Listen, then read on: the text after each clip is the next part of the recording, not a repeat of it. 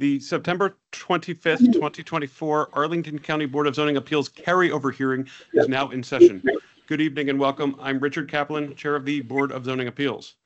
This board is made up of 5 citizens appointed by the Circuit Court. Tonight, in addition to myself, we have members Inta Malice, Portia Clark, Carol McCroskey, who is joining us remotely, and Judy Freshman. Sorry.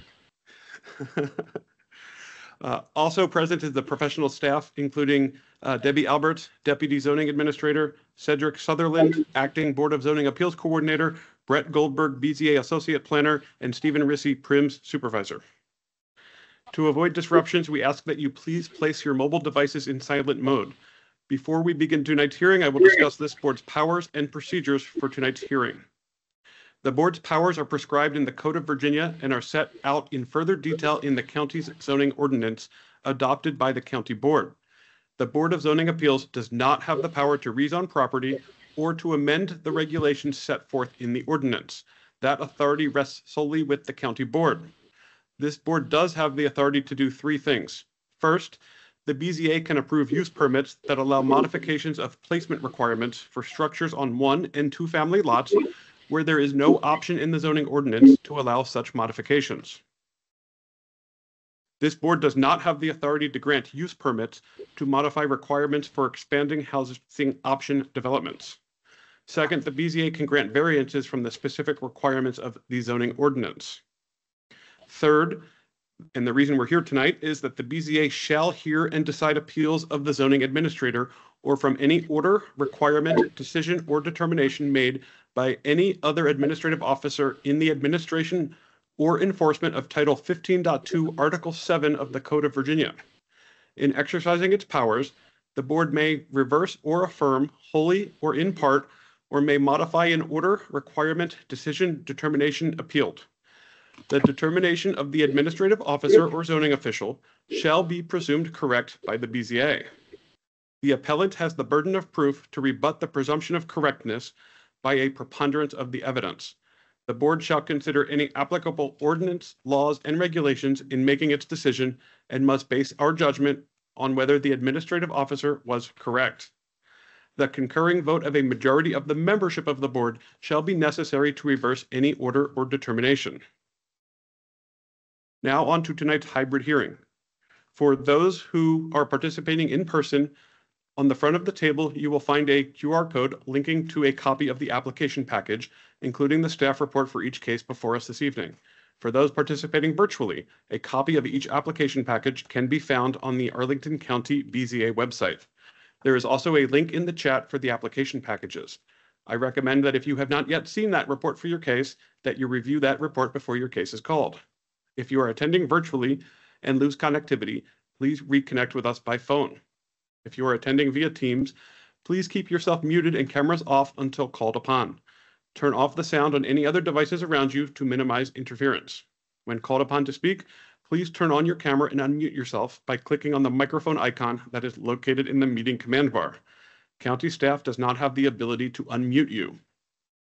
The meeting chat is active for technical support assistance only. The meeting chat should be used for discussion, public comments, questions about agenda items, or requests for more information. Sorry, should not be used. All public comments must be shared verbally or have been previously provided in writing for the record during the assigned public testimony period. This evening, staff will call each case and will provide a brief staff report and recommendation. Next, board members will ask questions of staff they may have.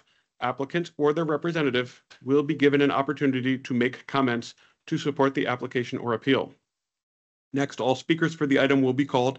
Speakers must fill out a speaker slip online or is available on the table in the front of the room.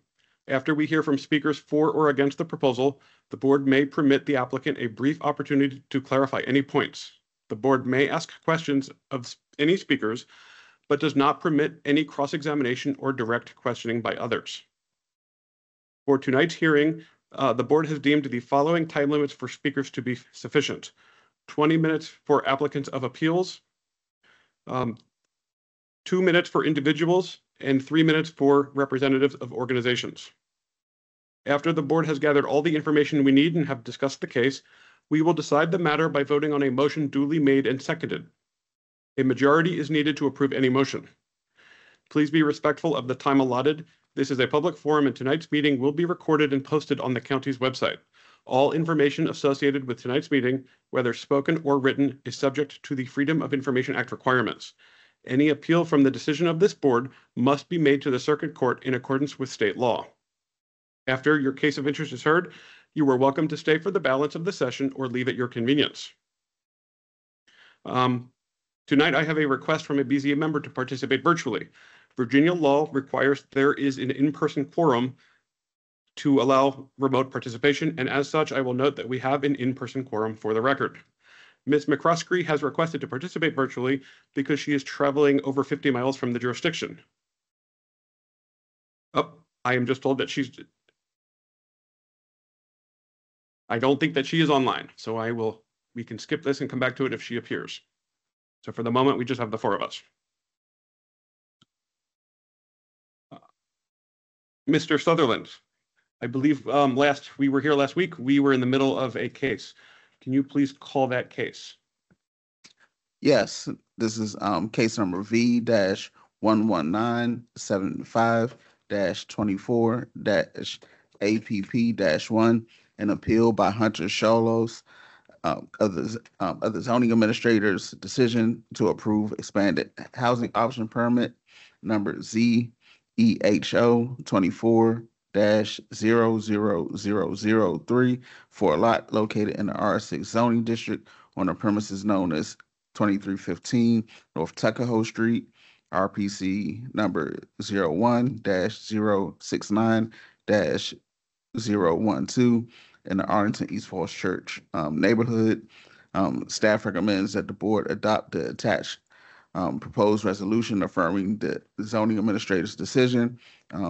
Staff would like to note the supplemental material is in the form of a BZA comment form from a neighbor in opposition to the permit. And that supplemental has come in since our last hearing last week, so that's new for this week. Yes, correct. And of course, we still have the supplemental that we received in ahead of the original hearing on the 18th. Yes, that's correct. Thank you. Last we were here, we have closed the public comment portion of this hearing, and I believe we are on our questioning of the parties section, which we had not started when we broke up a week ago. So I imagine we will start with staff. Do my colleagues have any questions for staff? Ms. Malice. So in the staff report, there's a exhibit 1 that has sort of a layout, but it shows where the trash can is located. It's on page 4 of the staff report with me. Is the area shaded in yellow meant to be the fence?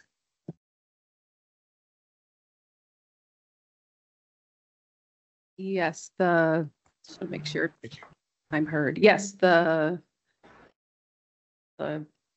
rectangle, I guess, surrounding the pad that's highlighted is meant to show the screening, which we're treating as a fence. Okay, so that satisfies the requirement for the screening. Yes. Okay. Is there a exhibit that shows the landscape plan? We didn't include it in the staff report. It was certainly part of the permit materials that were submitted with their EHO application. Okay. And I'm sorry, Ms. Malice, may I interrupt you for a second? I am made aware that Ms. McCroskey is online, so I would like to just quickly certify her participation. If I can bring up my form here to do so. Give me 1 second. Ms. McCroskey, can you hear me? Yes, I can. While I scroll here. Ms. McCroskey has requested to participate virtually because she is traveling outside of the jurisdiction over 50 miles. She just certified that she can hear me, and I, for the room, will certify that I can hear her. Welcome to the meeting. Thank you, Ms. Malice. so just to follow up, the application materials where can we find those?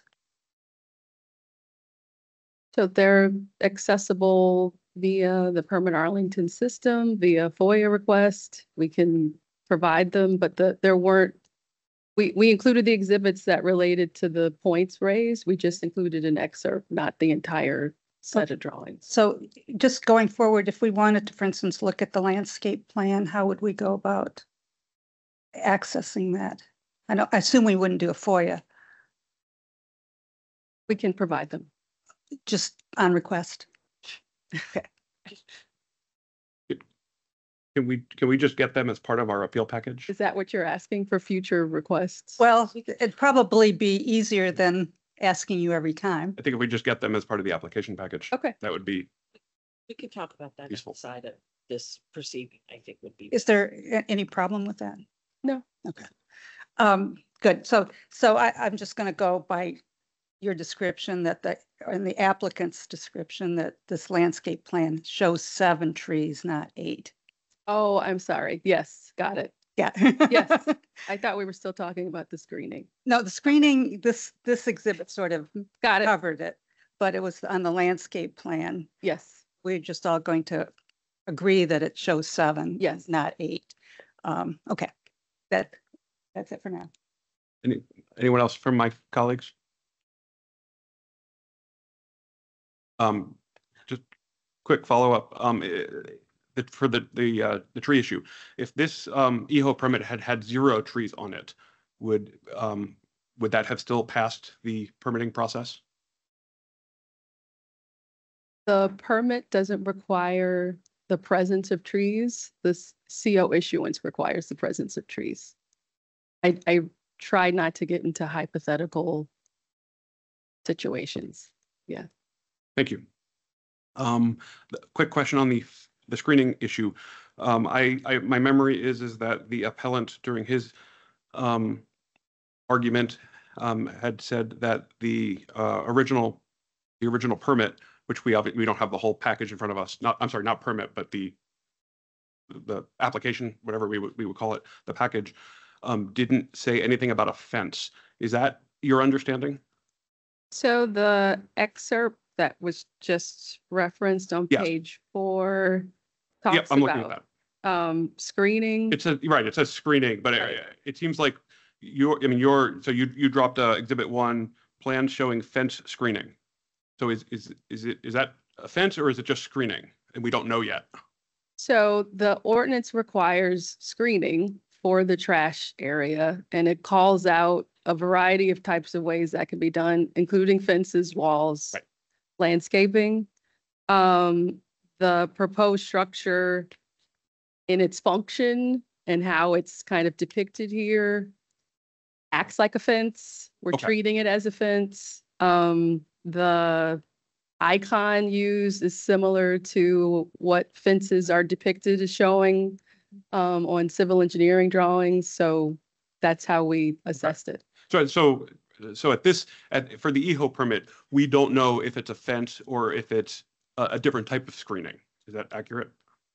The developer has options on how to True. meet that requirement later.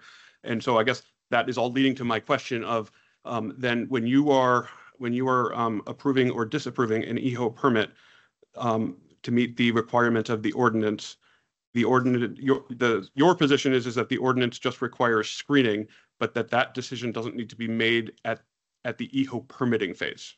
It needs to be shown, but certainly the But the material specifics could change. That's Yes. my question. Is that Yes. and that would be consistent with the however many other of these type permits that you have approved. That's not new for this one. No. I think I lost the beginning of the question That- there. That you have not required previous EHO permits to specifically lay out the type of screening materials. Yeah, it depends on the applicant. Some are very specific and want a certain Sure. look, and others maybe haven't figured that out yet. And if at some point someone wants to build a 12-fence screen around their trash area, right, which would be over the 7-foot requirement, then at some point that would be a denial of something. That would probably occur at the building permit stage where the specific details would be provided. And yeah, if it didn't Right. meet the height requirements, then, And then someone could file an appeal and then we could be back here again. Is that? or they could ask for, I guess, a height variance. Right, yeah, right. I mean, Yeah. or, Yeah. you know, or you could approve a 12-foot fence and the neighbor could go, oh, that's not allowed. I want to appeal, and then we could be back here again, right? I would hope not. I The would, latter. I would hope not too, but I'm just trying to figure out where. got it, yeah. Yeah. Right, I mean, okay. I think that was what I had on my list for staff. Ms. Malice, please. So while the staff report refers to fences and walls up to 7 feet, it may not in fact be a wall. It could be landscape screening. It could. So, you know, the appellant made the argument that he's created a structure because there's a fence around a pad. And technically, we don't know if that's a fence at this point or not. We know that it's a screening that for zoning purposes, the most similar structure is a fence. And that's the regulations we applied. Could it be landscape screening? It could. Okay, thank you. I'm sorry, I'm gonna lost my train of thought on the previous. If on a single family, and this is gonna be a very not even a hypothetical, just you see commonly trash pads on single family homes, Yes. and they're Well, not. actually,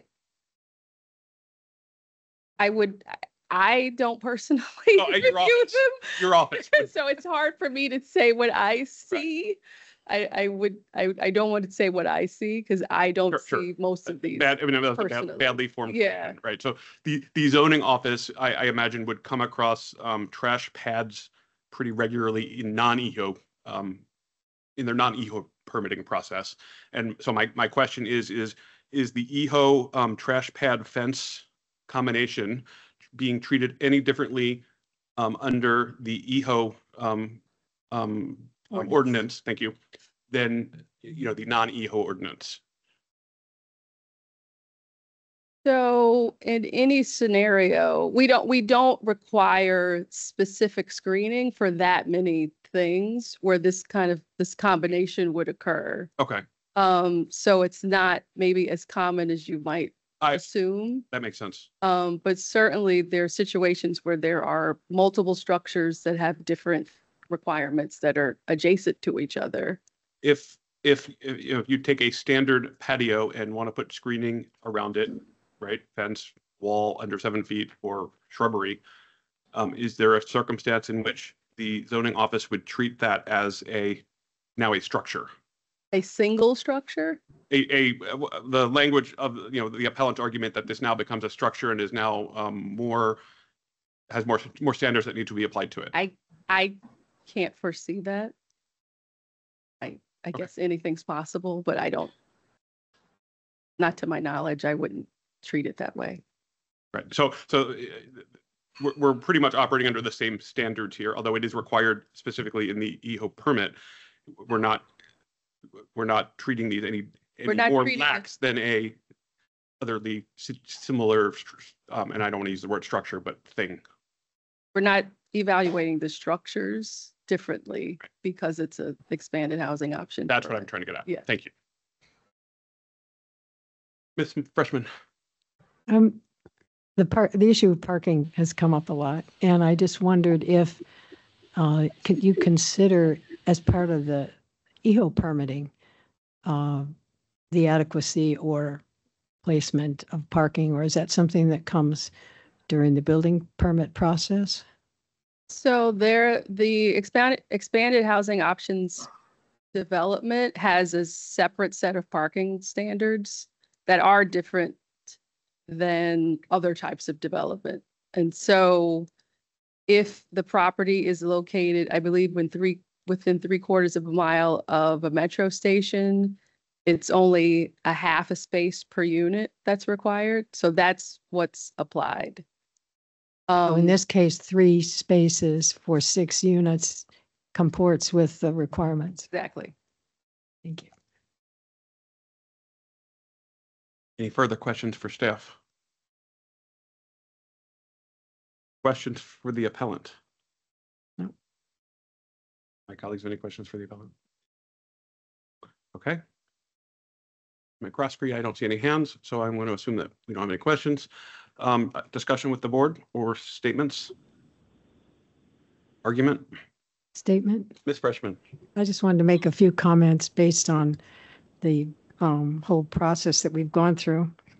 It's my understanding that the EO ordinance is simple and straightforward, has several requirements which, if met, allow the permit to be issued. My understanding is it doesn't address most issues which we have heard and which typically are raised in site plan or use permit review. It doesn't require public notice, and there's no option for an appeal unless the neighbors of the site learn a permit's been issued within 30 days. Perhaps capping the number of applications annually was seen as a way to limit the use of the ordinance and/or to manage staff workload. The process clearly upsets many. It's not seen as small d democratic, and one size doesn't really fit all.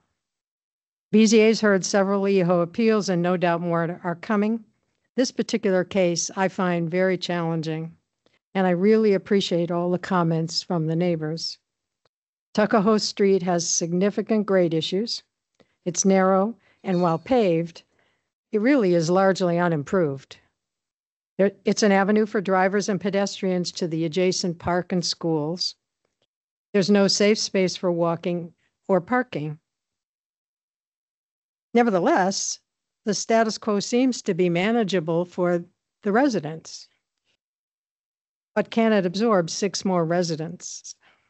The option in the zoning ordinance for construction of multifamily structures in several single-family zoning districts in Arlington is on the books. It's the county's effort to increase the inventory and variety of housing types for home ownership and rentals. So we're all in close quarters in our small county, and some conflict and inconvenience is inevitable. My hope is that each EHO case will reveal more ways to work within the ordinance as it's currently designed, or perhaps to change it, so we can all share our 26 square miles as fairly as possible. Thank you. Thank you, Ms. Freshman. Mr. Chairman. Ms. Malice. I associate myself with Ms. Freshman's comments. We have heard testimony both here and in writing that's been well crafted and well reasoned, that had objections to the project as proposed. And the complaint largely is that it doesn't take into consideration many factors that exist around the site: environmental factors, transportation, parking, and generally compatibility with the area. As Ms. Freshman pointed out, if this ordinance was crafted in a different way, such as a special exception use permit, a site plan, there would be opportunity for neighbors to weigh in and for staff to consider the environmental impacts, the conditions surrounding the site. But this is crafted as a by right ordinance, and as such, the county only needs to show that it's met the black and white letter of the law, and we cannot legally step beyond that. There was an argument made that the project is injurious to the welfare and therefore in violation of state statute.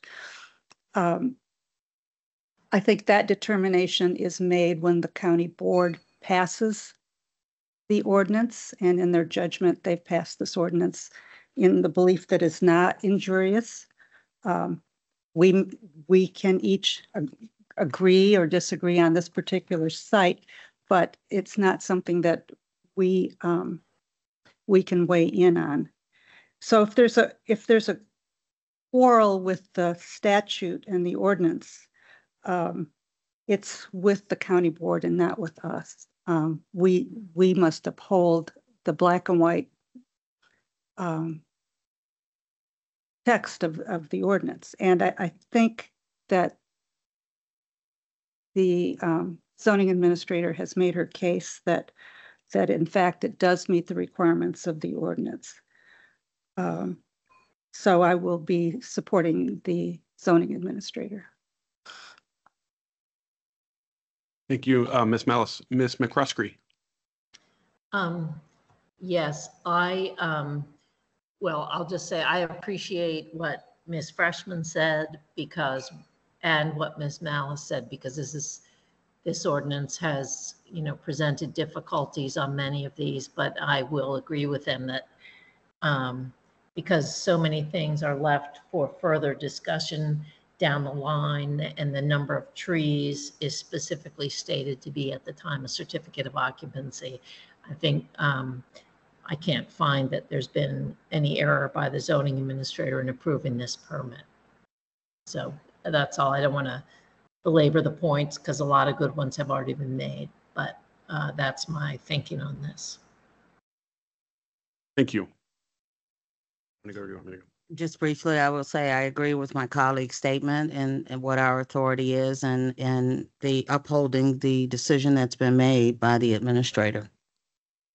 Thank you. And I'm going to associate myself with my colleagues as well. I just wanted to make a quick statement on a couple of these items. The developer in the county, by adoption, made a standing argument, and I just wanted to address that briefly, that to me, the two prongs seem to have been met, that the aggrieved party must own or occupy real property within the close proximity, and that's clearly true. And then the second prong is challenged by the permit holder, which requires a non-speculative particularized harm. The Supreme Court of Virginia made clear that the complaints do not need to establish that the particularized harm has already occurred. In the present case, the granting of an EHO permit would appear to me to cause a particularized harm and not speculative harm. Clearly, multiplying the neighboring dwelling units by a factor of 6 is going to cause some harm. However, since our conclusions of law of this board are reviewed de novo by the circuit court, I don't think this really needs to be debated by this board. As to the essentially the three issues that the appellant raises, the shade trees, the appellant has failed to overcome the burden of the zoning administrator to overcome the presumption of the zoning administrator being correct by plain reading of the statute that there shall be a minimum of 8 shade trees ... prior to the issuance of the certificate of occupancy. Here, I must presume that the zoning administrator is correct under the plain reading, and that the location of these trees will be determined prior to the CO, and that just makes sense because we don't know what trees are going to survive this this project, and so that will probably change where the trees are or the number that have to be added as opposed to that are already on the property.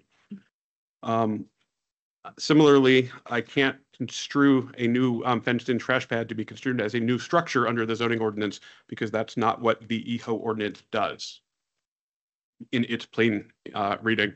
And then again, for the GLUP issue, the appellant also has not overcome the zoning administrator's presumption of correctness as to the boundaries of those areas.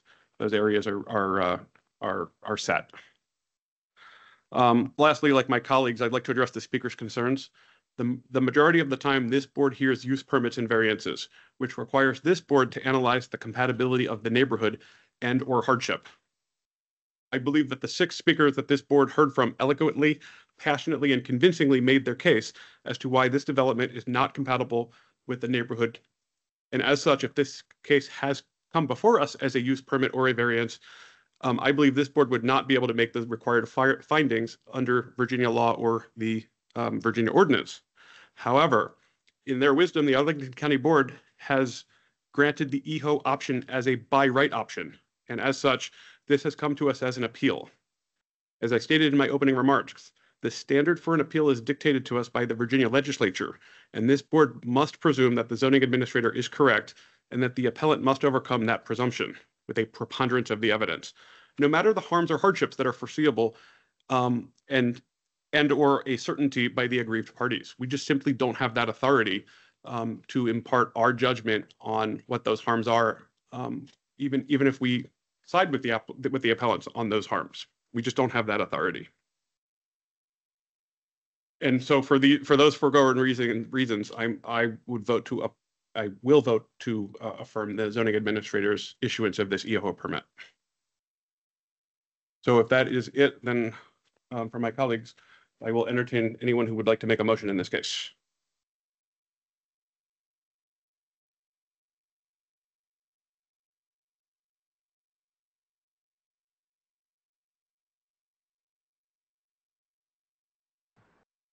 Mr. Chairman. Ms. Freshman.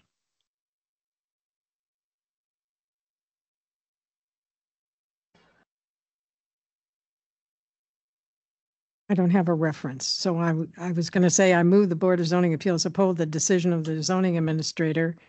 B-11975 Okay, -24-APP-1. excellent. Do I have a second? I'll second.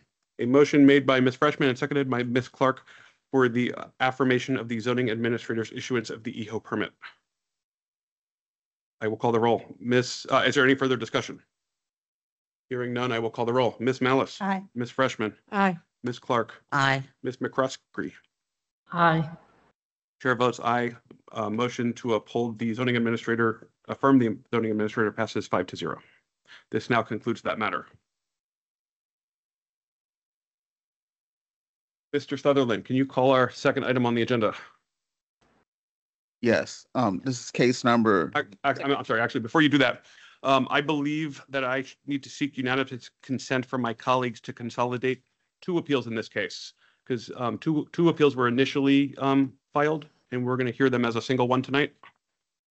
Yes. ZAPP 24-0005 and ZAP 24-00006 into a single appeal, which I believe is those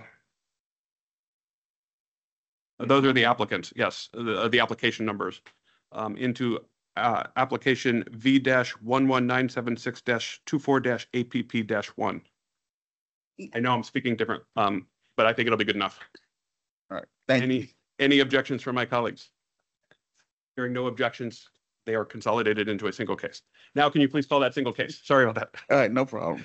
This is case number V-11976-24-AAP-1, an appeal by Nicholas Cummings on behalf of American Service Center of the zoning administrator's decision to issue notices of violation for installing a fence without a permit at 501 North Randolph Street, RPC 14-060-001 in 505 North Randolph Street, RPC 14-060-055 in the Ashland Heights neighborhood. Staff recommends that the board adopt the attached proposed resolution affirming the zoning administrator's decision. Thank you, Mr. Sutherland. You're welcome. I see the county is in front of me. Can I assume that the appellant is online virtually? Okay, I see a hand. Yeah, right here, Thanks. Nicholas Cummings. Well, okay, well, yeah, why don't we, so who is representing the county tonight? You want to state your, thank you. And I didn't catch your name online, although I know it. Nicholas Cummings, attorney with Walsh Colucci, and I didn't hear Ms. Sanders introduce herself, but I'm assuming that's Christine Sanders there. Yes. Do you have video? Can you hear us? And if the county is making their case and you can't hear, just speak up and we will try and resolve that. Absolutely, and my camera's on. I can see Yes, myself. we can see you. Good. I'm not, are you on Teams? Yes. He's right there. I can see him on the screen. I can't see. Oh, because my screen needs to be bigger. Okay. Okay, would the county like to present their case? I have a very brief statement. The appeal before you is of the issuance of two notices of violation issued on March 26, 2024 for the construction of a fence without zoning approval at 501 and 505 North Randolph Street. Upon inspection, zoning staff observed the presence of a fence and gate located on 501 North Randolph, extending across an adjacent alley and continuing on 505 North Randolph Street. After finding no evidence of a permit being obtained for the subject fence, zoning staff issued a notice of violation for each property. The subject appeal combines both as they are for the same issue and the same structure. Photographs taken of the subject fence are included in the staff report and indicate its continued presence on site without the benefit of a zoning approved fence permit. While the appellant spends a lot of time discussing the nature and ownership of the alley located between the two properties, the fact remains that no portion of the fence has received zoning approval and therefore was constructed illegally. In closing, staff recommends that the BZA adopt the proposed resolution affirming the zoning administrator decision to issue notices of violation ZCE 220471 and ZCE 220472 for the construction of a fence without zoning approval at 501 and 505 North Randolph Street. Thank you. Can I ask what the remedy is? I mean, do they tear it down or do they just get a retroactive approval? I mean, what is the remedy? Those are two options. It can be removed or they can obtain a fence permit. If it meets our requirements, we could issue it. And we don't know about that part. We I mean, have, we're not evaluating whether or not it actually meets the, Correct, would pass the test. correct, This is simply a question of you put a fence there without asking. correct, Right. on that day. The remedy is not before us. It's just the notice of violation. Is my Just understanding. curious. Thank you. The appellant, would you like to make your case? Yes, we would.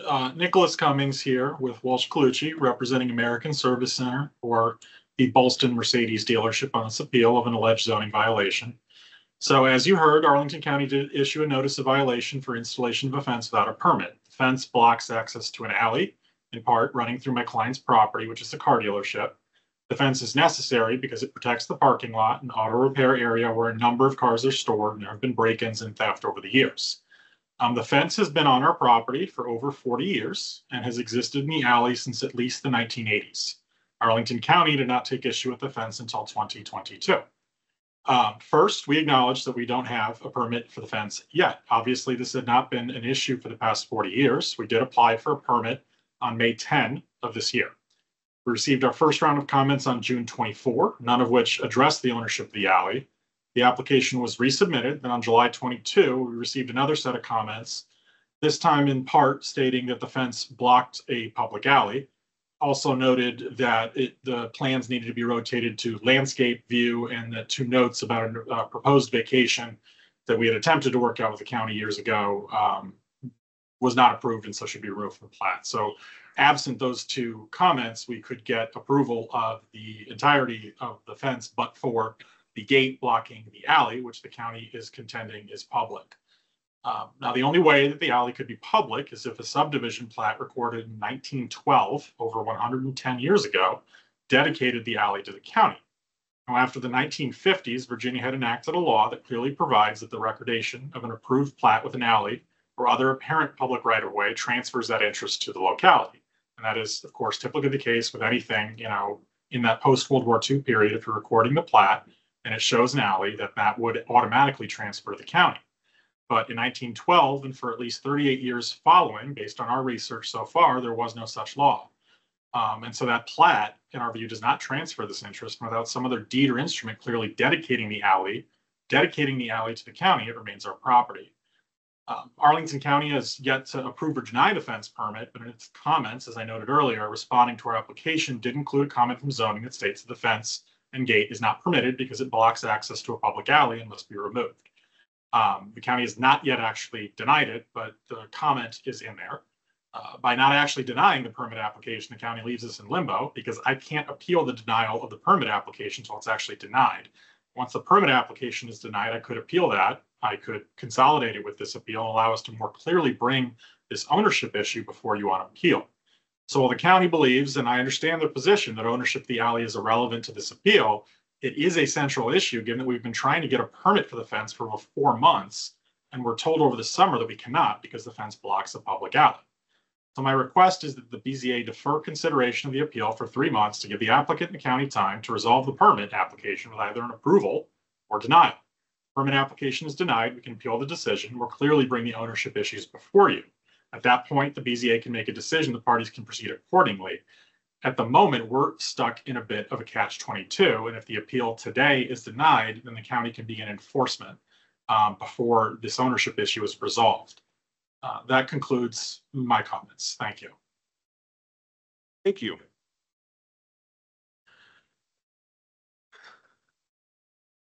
Questions, questions for the parties, and I will let someone pick who they would like to start with. Mr. Kresge has a hand. Ms. McRusky. Yeah, what does the county think about a deferral for 3 months? I mean, I are don't they in s- agreement, or has that been discussed between the parties? It was requested last week and we wanted to move forward today. So Okay. I believe my client would not agree to a deferral. Okay, and so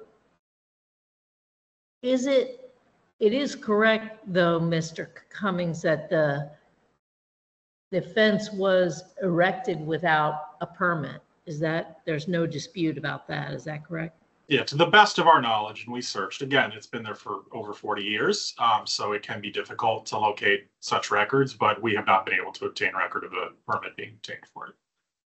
Okay, And we have acted to remedy that by applying for the permit. okay.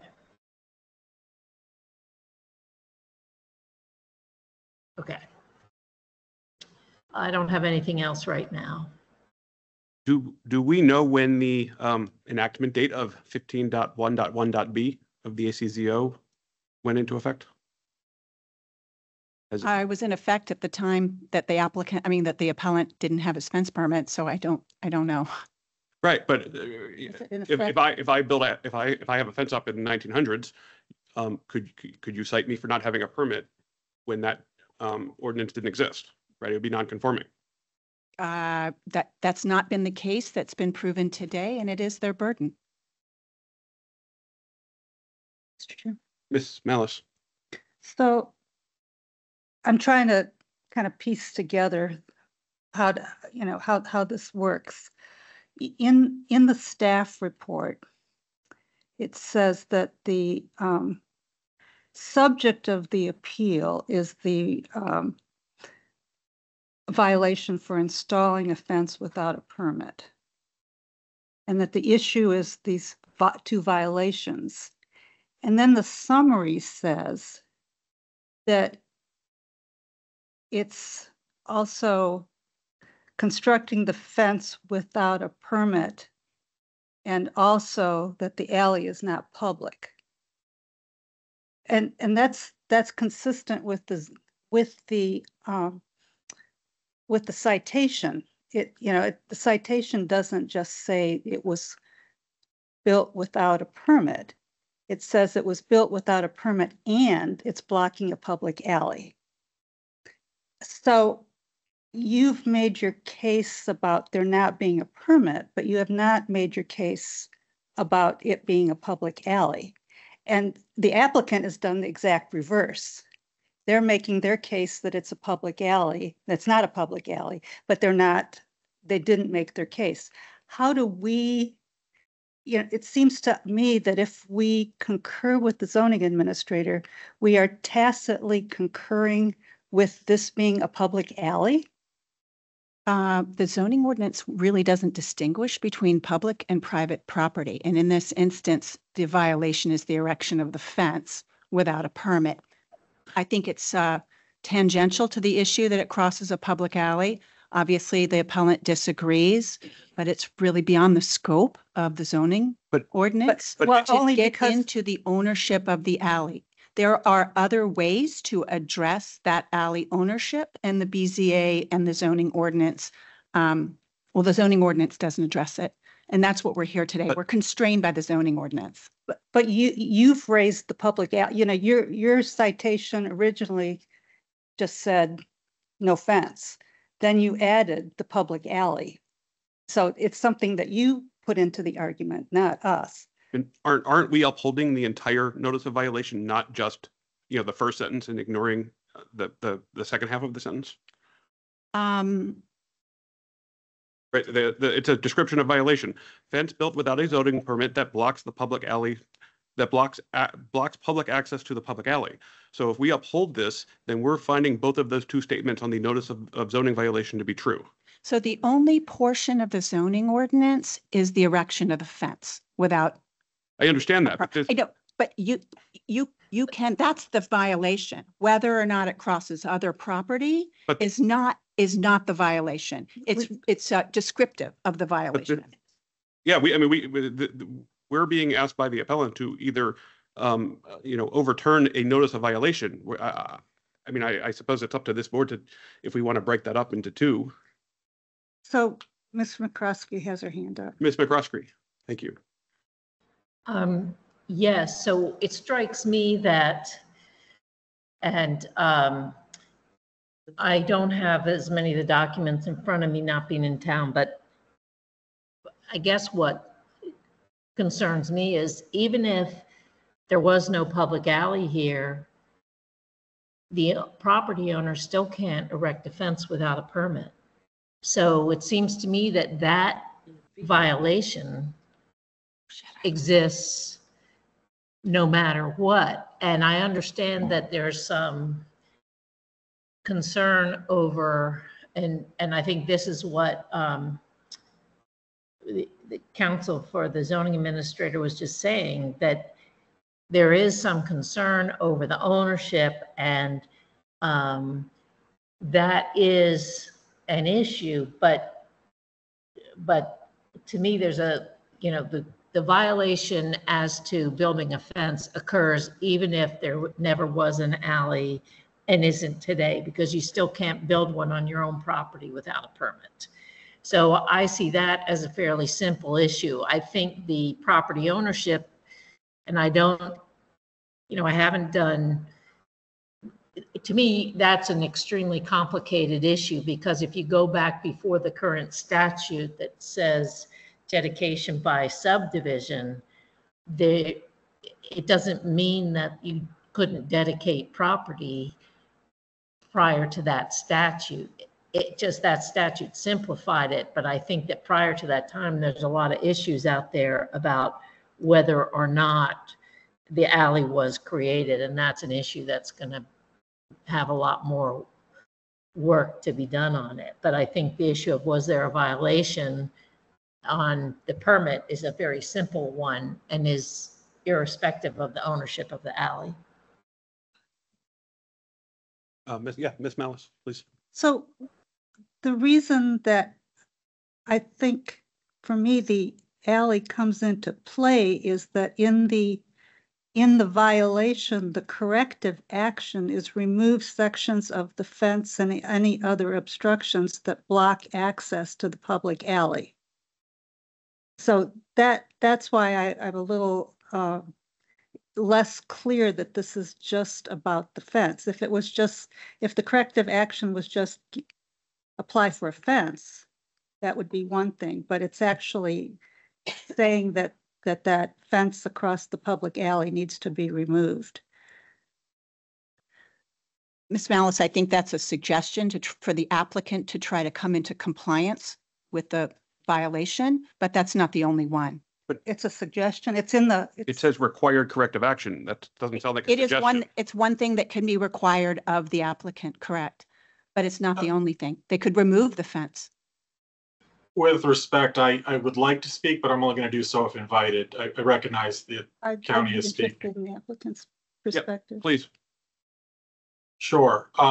So certainly agree that, at present, we don't have a permit issued. I can share on my screen, if permitted, the comments we received in late July on the fence permit that's under review right now, but I would show it just to demonstrate that the only comments in here, there's 4 of them, which means the only 4 things we would need to do to get a permit here are label any other fences on the property, rotate the plan into landscape layout, and remove references to a vacation that was never approved. That can be done in about 30 minutes. The 3rd comment is that the proposed fence and gate is not permitted. This is blocking access to a public alley and not located on your property. Please remove. So I can get a permit for the fence tomorrow. I mean, within a few business days, given how long it takes the county to review a resubmission. But all that really is at issue here for getting this permit is who owns the alley, because I have been told that my client is blocking a public alley. And from all of my legal research, I've never seen a response from the county on this that's substantive, which leads me to believe that there might be some teeth here. That there was nothing to actually transfer this property interest over to the county after the recordation of the subdivision plat. Again, had it been recorded in 1960, that would be different. I also think that the point made by the chair is relevant. I know that the fence has been there since at least the 80s. I don't know offhand, and we have looked, and maybe we can look even harder to determine what sort of fence was there previously, because I wouldn't be surprised to see that there was a fence there far earlier, and it may even predate the requirement for issuance of a permit, given how old this property is. But again, I can get a permit very quickly for the fence. The issue is simply that it's blocking the alley that the county has contended is theirs. Before I go back to 110 years. before I go So back to the let's zoning keep going. administrator, you know, on when you were making your argument, you had said the last feedback from the county was on July 22nd. So why have those changes not been made, and you have not gotten an approval or denial on that permit since July? And I'll take responsibility a bit for that. I think that my client was handling this directly with a permit expediter because it was a fairly simple matter. I was not in tune with it. We got the comments back. I thought that they were resubmitting to address this. That was August. I was in Florida. And then we came back, and it was time for the hearing. And I figured, you know what? Let's see what happens at this hearing, and then we'll proceed to resolve this. But I think I can get it resolved fairly quickly before the next, you know, within 3 months to get at least an approval or a denial and more squarely put this issue in front of you. And part of that is coming out of reviewing the county's position, which I think is fair to focus on the fact that at the time the you know, notice was issued, that we did not have a permit. I do think that the points are highly relevant that you know, that a permit, sorry, I lost my train of thought there, but we'll leave it at this. I'm trying to get a permit. I recognize that we haven't resubmitted since the 22nd of July.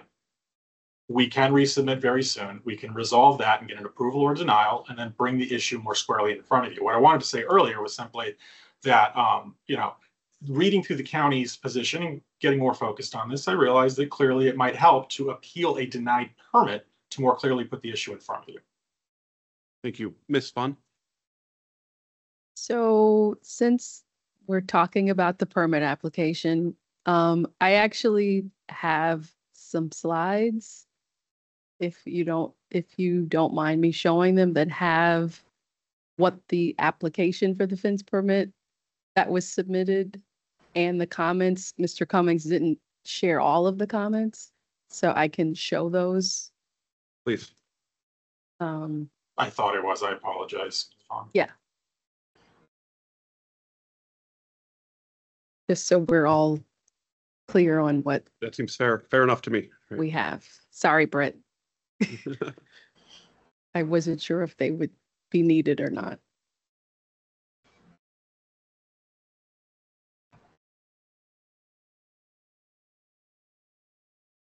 And just as a point, the way the process works for permits, a submission is made. Many permits require review by multiple disciplines. So fences require review depending on the type of fence. It could be zoning, Department of Environmental Services, and inspection services, but always zoning and always TES. It often takes more than one round of review for something to get complete. And so when we review it, we reject. That's the denial, I guess, is our rejection comment, which zoning has done twice. So because, next slide. So those two rejections could have both been appealed to this board? Correct. So this is not very easy to read. Is it possible to put it into Teams so we can see it on our screen? because we can't see that at all. That's good. If you could, yeah. So if you, yes. So the arrow that says that the text that says 6 feet by 10.5 feet fence with gate is pointing to a portion of the existing fence that blocks access to the alley. The fence permit did not include the remainder of the fence that we have pictures of in our staff report. So basically the property owner only applied for the portion of the fence that blocks the alley, which is why most of the rejection comments relate to the alley. If you scroll, if you go down to the next slide, shows the table that has all of the rejection comments from the various disciplines. Yeah, I know it's hard to read. So the county's view of the notice of violation is that the entire fence is the subject of this notice of violation, or just the part that The blocks entire the fence. public alley? Because that's unclear from the notice of violation to me. But it's for both addresses. The alley is on neither. Says the county. Or at least half on one, half on the other. Right. No, but Right, like, the- wait, I mean, do you see my point that like a reasonable interpretation of this notice of violation, fence built without zoning approval that blocks public access to alley? And so on one hand, the county is saying that the blocking of public alley is not germane to the actual notice of violation, despite it being in there in plain language. And then on the other hand, we're broadening it to the entire fence that doesn't block the public alley. So That's there are right. 2 notices of violation for 2 addresses, for 501 and for 505. And so, And so there are fences that span the entire distance, including that crosses the alley. That is a descriptor, because there could be many fences Sure. in many parts of those very large lots. And so to be clear about where we're talking about, we include language like that. It could have said on the east side of the property, on the side of the property facing Randolph, like it's language telling the person who owns the property, this is where exactly the problem is. And it includes 2 properties and an intervening alley. So we're describing all of it.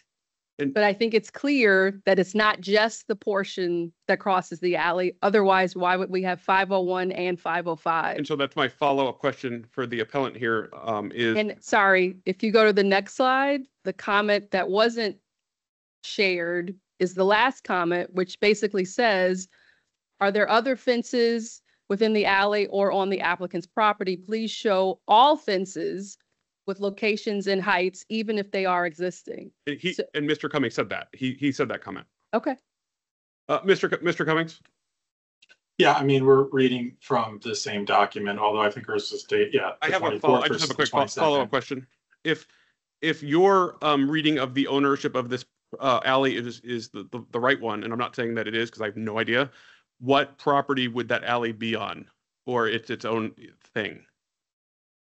Right. I so think I think it would be a undedicated alley Okay. within the subdivision plat that would either fall to the parcels immediately adjacent to it or be its own parcel that we could get registered, et cetera. It's an interesting question.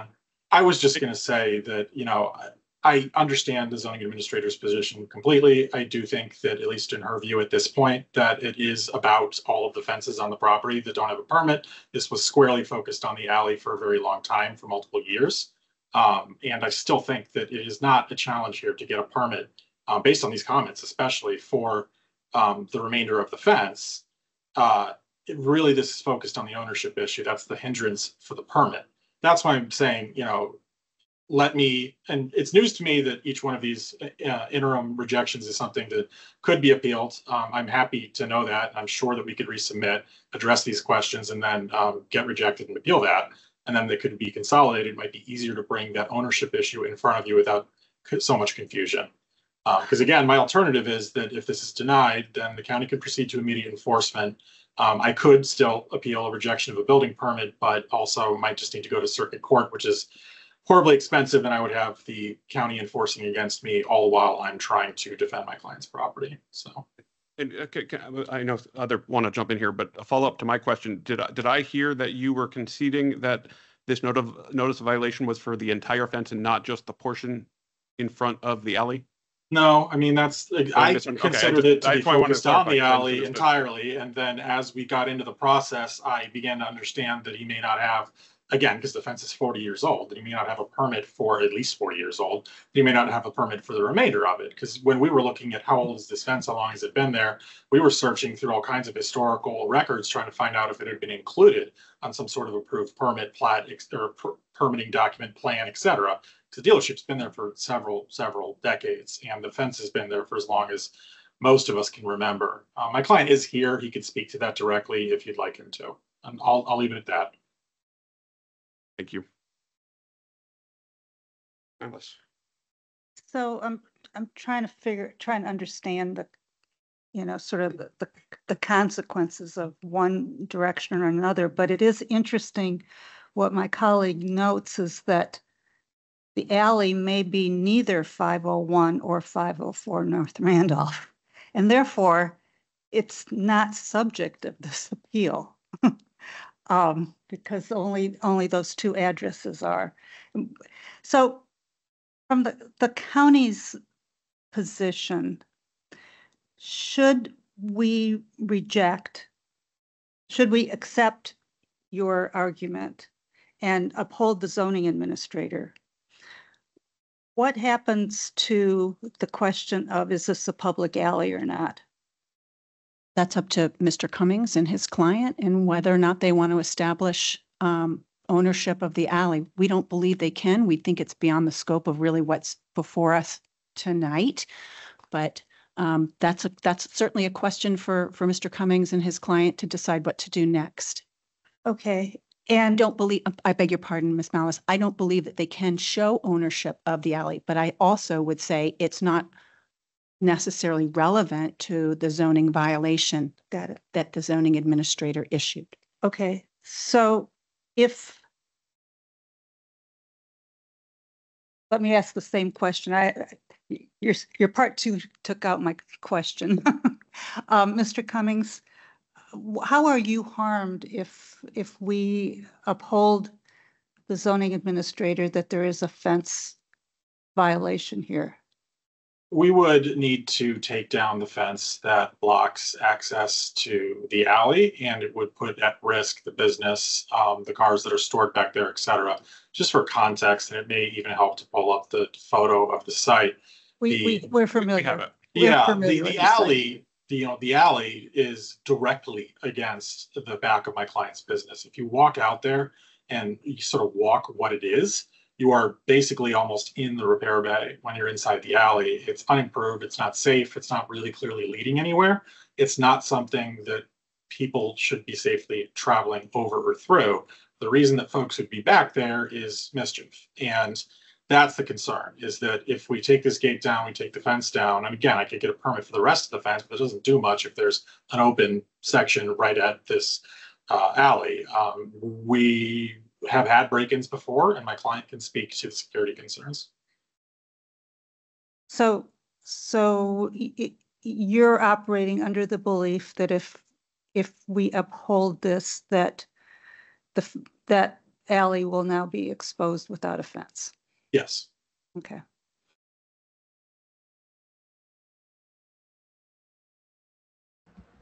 Could I follow up on that a little bit? Please. So, Mr. Cummings, it seems like if we were to uphold the zoning administrator, that there is a fence without a permit, the whole fence would have to come down, or you have to get a permit.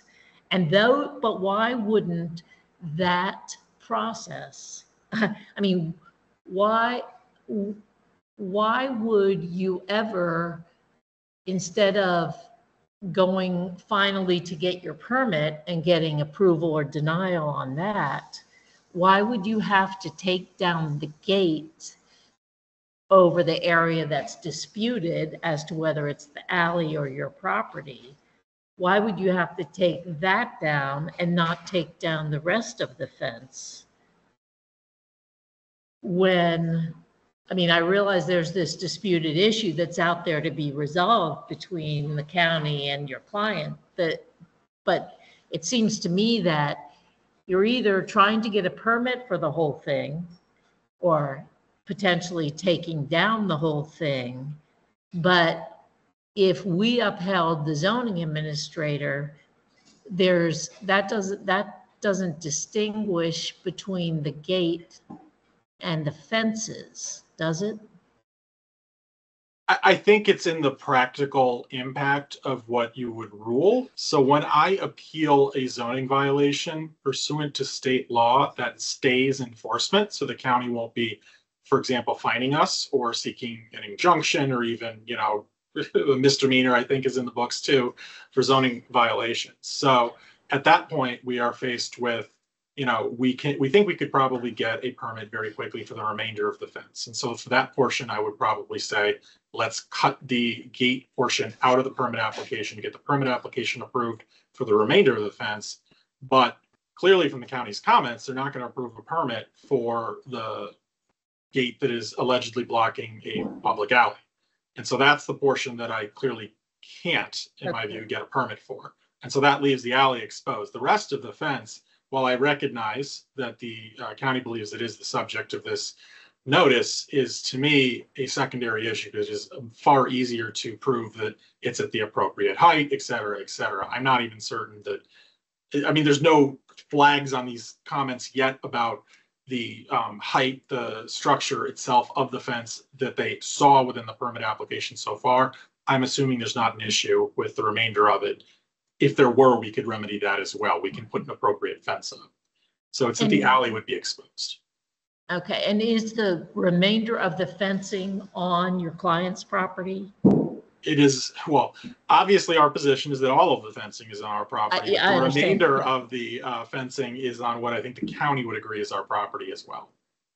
Okay, and so really the decision about removing the gate is really because there's this larger outstanding issue that we don't have resolution to.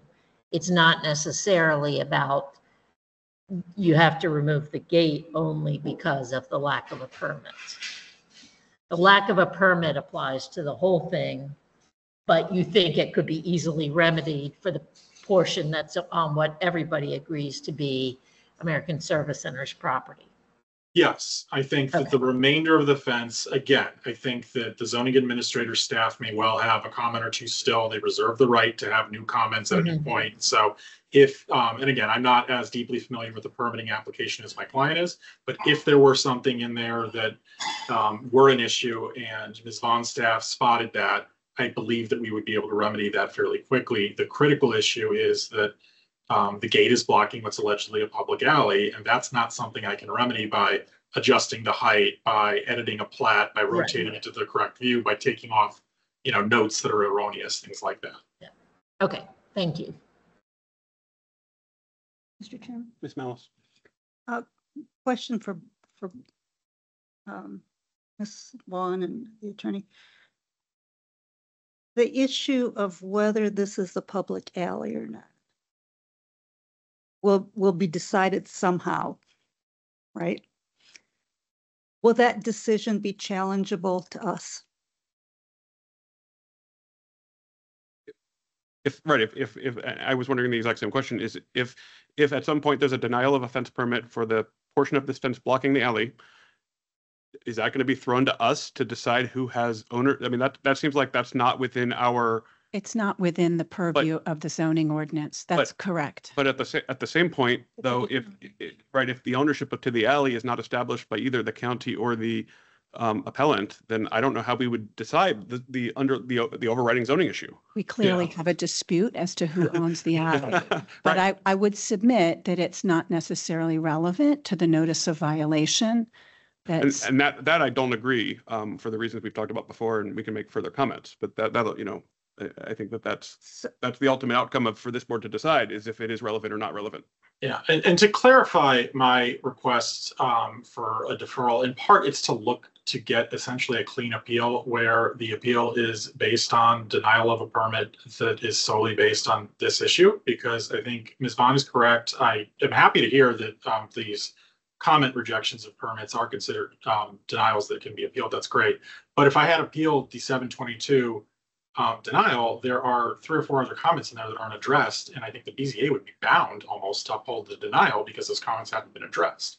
It's not solely at that point focused on the one issue. There would be other reasons. I don't think we need to get into the hypotheticals of what is or wouldn't be done. I mean, that was on 722. You have long passed that 30-day window for of course. the appeal. And so we would be so resubmitting and looking for a new rejection to that appeal. Yeah. You have something else? Yeah. Go ahead. So a dispute over an alley, which if we rule for the zoning administrator means that that gate goes away, that dispute isn't solved quickly. Right? I mean, if it was, it would have been solved already. I mean, how long is it possible that that dispute goes on and leaves this gate open? Conversely, to the applicant, to the appellant, what makes you think 3 months is enough to settle this? I can respond first. I don't think that 3 months is enough time to settle the issue. I think it's enough time to resubmit on the permit, clear the other comments, and get rejected, hopefully with only purpose of appealing to us. Yeah, the ownership issue and then appeal, and that would stay enforcement as well. And then we could bring it all to you to review as you may see fit. The alternative is if I'm denied, then the county begins enforcement and I ultimately have to leave open the alley, which risks inventory, et cetera. And if I have to go to circuit court, I mean, it gets complicated and lengthy and it could take years, essentially. So I don't understand. I don't think that this can be solved in 3 months. And so I don't know if running the clock really helps you at all. The idea would simply be to get a clearer appeal of the ownership issue in front of you, recognizing that the county has made the point that there is not a fence permit currently for the entirety of the fence on the property. I mean that's the pickle, right? Is that we it's not our job to adjudicate who owns an alley, but I don't know how we could adjudicate a zoning issue when the ownership of the alley is in dispute. Right? How can we uphold or deny the zoning administrator's determination of whether you can put a fence in an alley when we don't know who owns the alley, right? I believe that you can uphold the zoning administrator's notice of violation for a fence without a permit. If we could concede nobody knows who owns the alley, there's a fence up there blocking what may or may not be the county's alley or the applicant's alley without a permit. And it's been there since, well, I don't know how long, since the notice of violation was issued since March.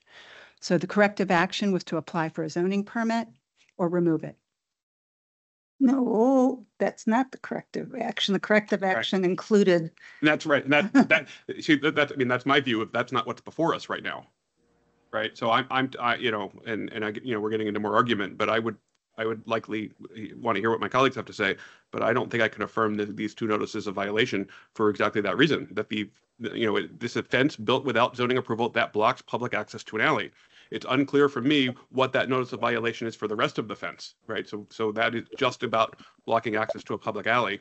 It's I believe that the appellant has met its burden to at least by preponderance of the evidence that the ownership of that alley is in question, right? I don't think that they have to prove who owns the alley. It's just that it's in question that it's a public alley. Therefore, that description of violation is clearly questionable. And then the required corrective action, the county would have us believe that that is a suggestion. It says required corrective action. It doesn't say here are 1 possible corrective action. It says required, and apply for and obtain a zoning approval for a fence, remove sections of fence and any other obstruction that blocks access to the public alley. It says remove sections of fence or obstructions that block access to a public alley. It doesn't say anything about removing the hundreds of feet of other fence. So I don't think I could uphold this. What's a public alley? Beg your pardon? What is a public alley? You talk, in some places it talks about public access, and yet the whole conversation has been about uncertainty about who owns it. I mean, I would put a price on it and say, if you want to keep it as a gate, since obviously nobody's using it except the owners of the service operation, let them have it. It's not a public alley. We It's not tried. public use. That is a possible remedy that I believe the applicant explored.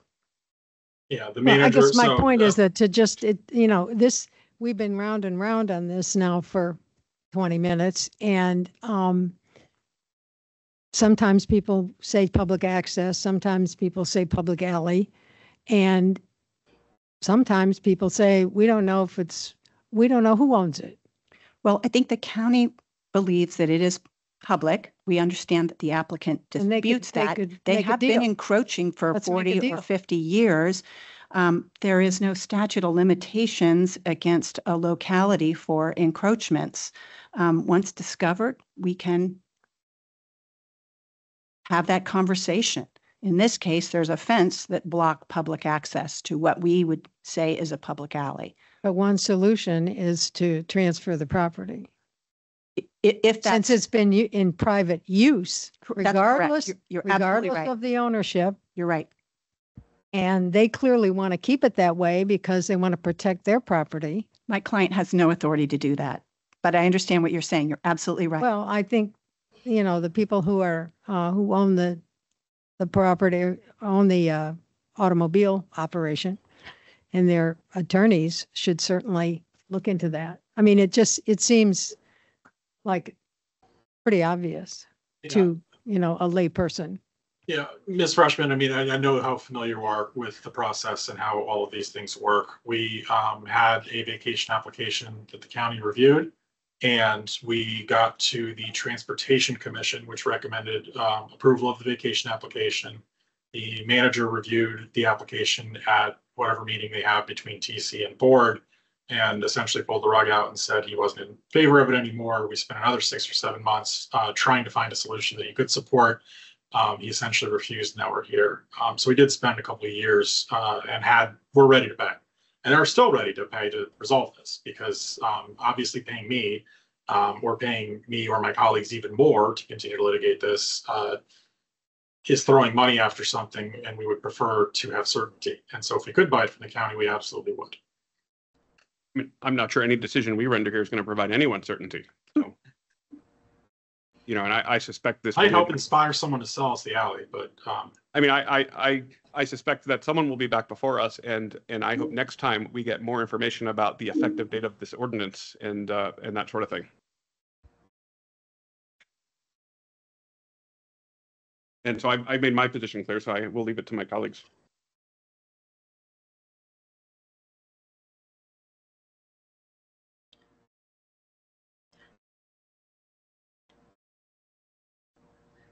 Can I?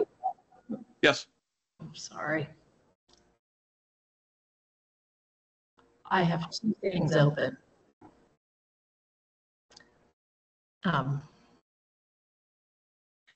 The applicant could, Oh, sorry, is Ms. McCroskey speaking? yeah, I'm sorry. Apologize. I I have apologize. I'm a little confused with my computer, but let me just, I think I've gotten rid of the second one. I have a suggestion that because, and this is really offering a suggestion that I would make a motion to uphold the decision of the zoning administrator insofar as it addresses a violation for failure to get a permit for the fence. And I would do that only because I think there's just no dispute about that violation exists. And then that would leave for, further work between the parties to figure out how the question of the public alley gets addressed. So that would be just my suggestion, instead of trying to not approve it because there's a big issue left out there, which is going to be left out there no matter what we do today. But I think we ought to address the undisputed matter of the failure to get a permit for the fence. I guess question, because earlier it was stated that the 3 month deferral would, allow the fence permit to be approved, but that still, would somebody take action on the ownership issue within those 3 months? I think my thought was that I could more cleanly bring the ownership issue before you. Maybe it's even possible to separate the permits, to have one permit application solely for the gate in front of the public alley and the remainder of the fence in a separate permit application. That might be, if possible, the smartest way to continue with this so that we can get a very clean, denial. I'm expecting the county's not going to change its position of the permit for the fence that blocks the alleged public alley, but perhaps secure permit approval of the remainder of the fence over the property. I do acknowledge that the remainder of the fence over the property should have a permit, and I think we can get one. Certainly, if it were possible for you to affirm in part the zoning administrator's issue notice of violation for the entirety of the fence, but for the section blocking the alley, we would agree to that, because I'll go get the permit. And if I don't get it, they can find me. But the portion of the fence blocking the alley, that's really what's most critical to us, because it's protecting our business and we believe we own the alley.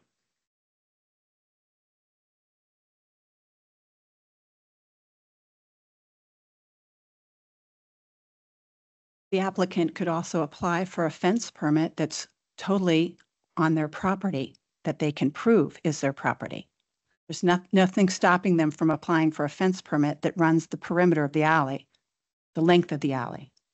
Well, I mean, obviously we think we own the alley, so we already did apply for a fence permit that is on our property. There's no deed. I don't think that this is helpful. Okay, just telling you that there's a way for them to get a permit. If you guys would like to discuss options for permits, that doesn't need to involve the 5 of us. Mr. Chairman, I think Ms. Malice. Ms. McCroskey's suggestion has merit.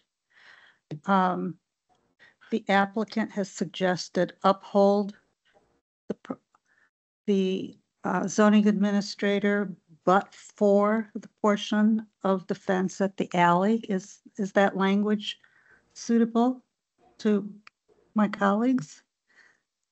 I mean, for myself, for my reading of the notice of violation, I think that's reading into the notice of violation.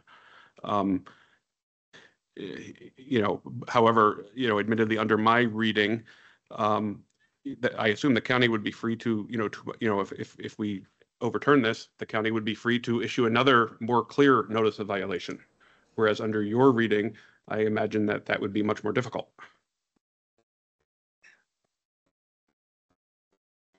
The reason I think I made my suggestion is because I think it addresses the issue before us insofar as we can address it now. And I think everybody recognizes that we have an issue out there that's going to take more than 3 months. But if the question is getting the permit, we can leave it to the party, and we only uphold the zoning administrator to the extent that there is to the extent that it addresses the failure to have a permit. Then the parties are left to try to figure out among themselves, without our involvement, which we really can't do, how to address, try to work something out to address the gate over the disputed area. I mean, I see the merits of, while I'm, stewing this over, I do see the merits of this, because there clearly is a power dynamic here at play, whereas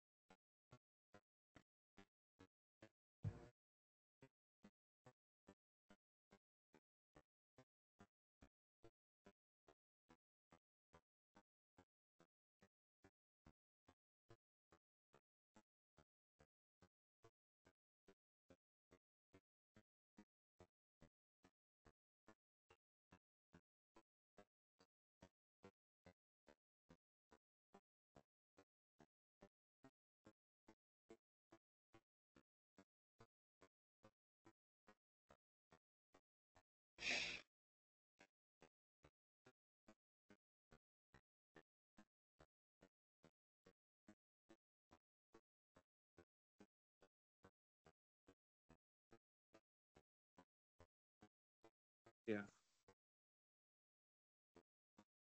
I have questions about how the effects of this would be.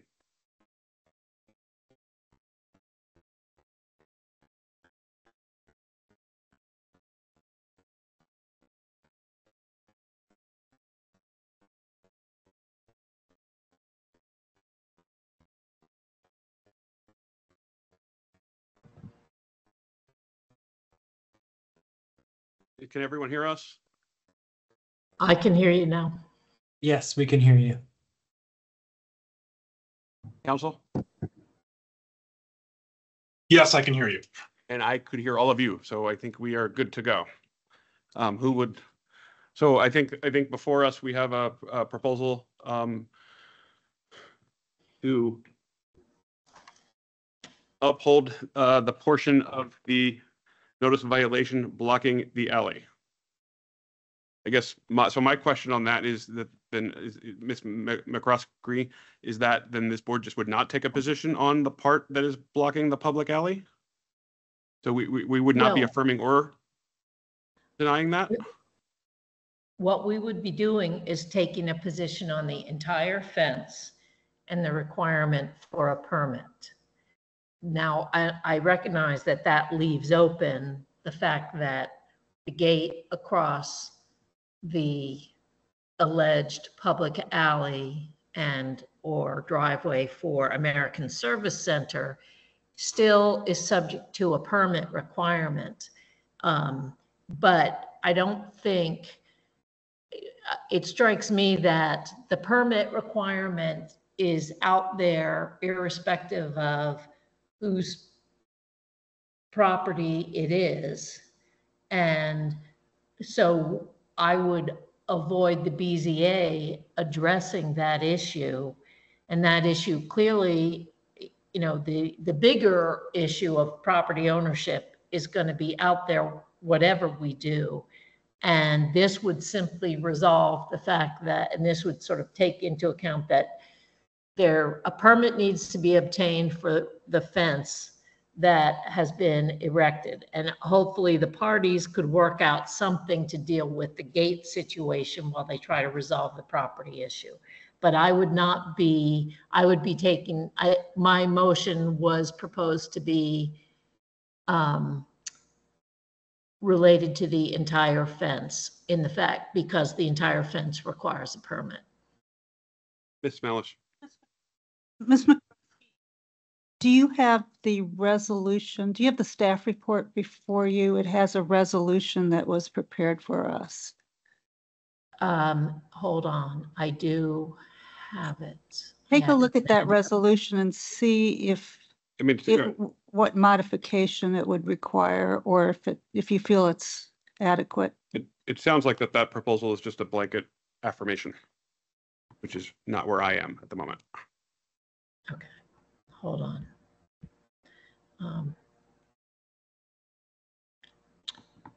I looked at it just to look at the motion, but the resolution. It's on the screen. Yes. Oh, okay. Sorry. I have it on another screen as well now.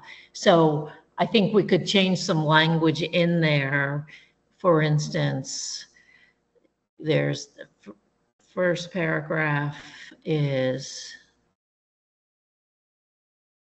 I think the first paragraph could be kept as it is, and the second paragraph where we would say, well, the resolution itself relates to the fence, only the fence being constructed without zoning approval. So with what I would propose, I don't think we need to change language in that, because that is the issue that I would uphold the zoning administrator on. Obviously, the parties will get further into dealing with the gate and the property ownership issues as they try to work this out further. But yeah, I would think that looking at the resolution, its language is about the fence being constructed without zoning approval. And it doesn't talk about, doesn't mention a public alley or anything else. But I would, in the proposed motion, make it clear that we are not dealing with any violation beyond the failure to have zoning approval for the fence that was constructed. Ms. Malice. Yeah, I think that statement should be there because, you know, in that first paragraph, the notice of violation that's referred to, in fact, does refer to the public alley, and we're not taking a position on that. So there'd be some way to sort of disengage ourselves from that. Which is why I wouldn't support that motion, because that doesn't jive with the actual notice of violation that is before us tonight. Yeah.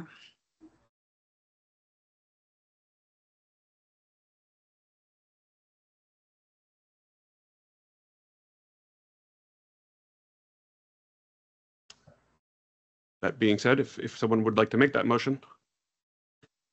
All right. I move that the Board of Zoning Appeals uphold the decision of the zoning administrator in, what is it? Hold on.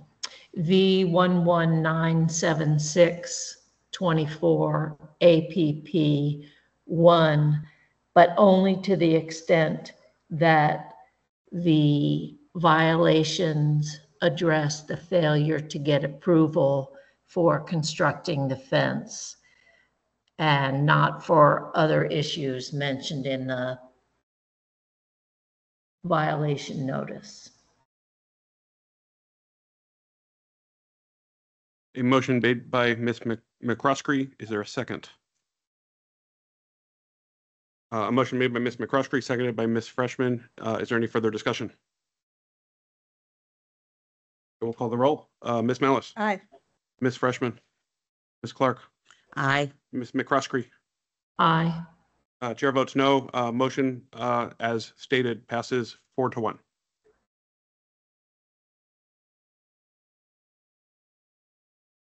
I suspect we will be seeing everyone back at some point soon. I don't know if it's going to be soon. That's that's one reason to get some of this taken care of. Before we depart, I would just like to thank APS for being such gracious hosts in their facility, which has been outstanding. And then last comment is that next, our October meeting, Ms. Malice, the date of the October meeting? 16. The 16th, on October 16th. I believe staff has informed us that we have 16 use permit and variances, which is a bigger number than what we've been having lately.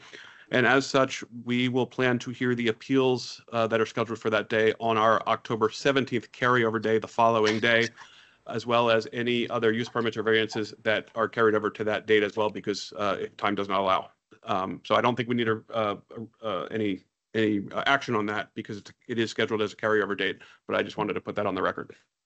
So all business having been heard on the agenda, this meeting is now adjourned. Good night, everybody. Good night. Good night. See you next month.